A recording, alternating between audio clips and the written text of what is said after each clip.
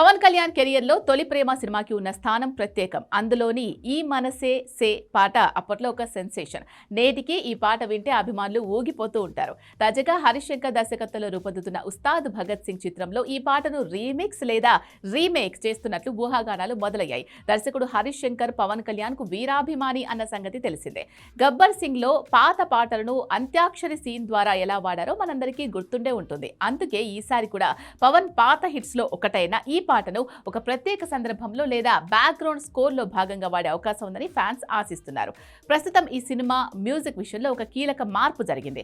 పాటలకు దేవిశ్రీ ప్రసాద్ సంగీతం అందించగా బ్యాక్గ్రౌండ్ స్కోర్ బాధ్యతలు తమన్ తీసుకున్నారు.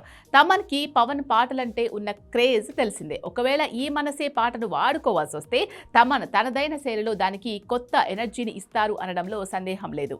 నిజానికి ఈ పాట గురించి అధికారిక ప్రకటన ఏదీ రాలేదు. కానీ యూట్యూబ్ లో కొన్ని ఫ్యాన్ మేడ్ వర్షన్స్ మరియు ఈ మనసే బిట్ తో కూడిన ఉస్తాద్ భగత్ సింగ్ ఎడిట్లు వైరల్ అవుతూ ఉండడంతో ఇది సినిమాలో ఉండబోతోంది అనే నమ్మకం అభిమానుల్లో పెరిగింది. పవన్ కళ్యాణ్ ఈ మధ్య కాలంలో తన పాత సినిమాల రిఫరెన్స్లను వాడుతూ అభిమానులను ఖుషి చేస్తున్నారు.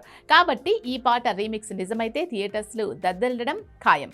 ఈ మనసే పాటను థియేటర్లో పవన్ కళ్యాణ్ ఎనర్జీతో చూస్తే వచ్చే కిక్కే వేరు. ఈ రూమర్ నిజం కావాలని మెగా అభిమానులు గట్టిగా కోరుకుంటున్నారు. కాగా ఉగాది సందర్భంగా ఉస్తాద్ భగత్ సింగ్ మార్చి 19న ప్రపంచవ్యాప్తంగా విడుదల కానుంది.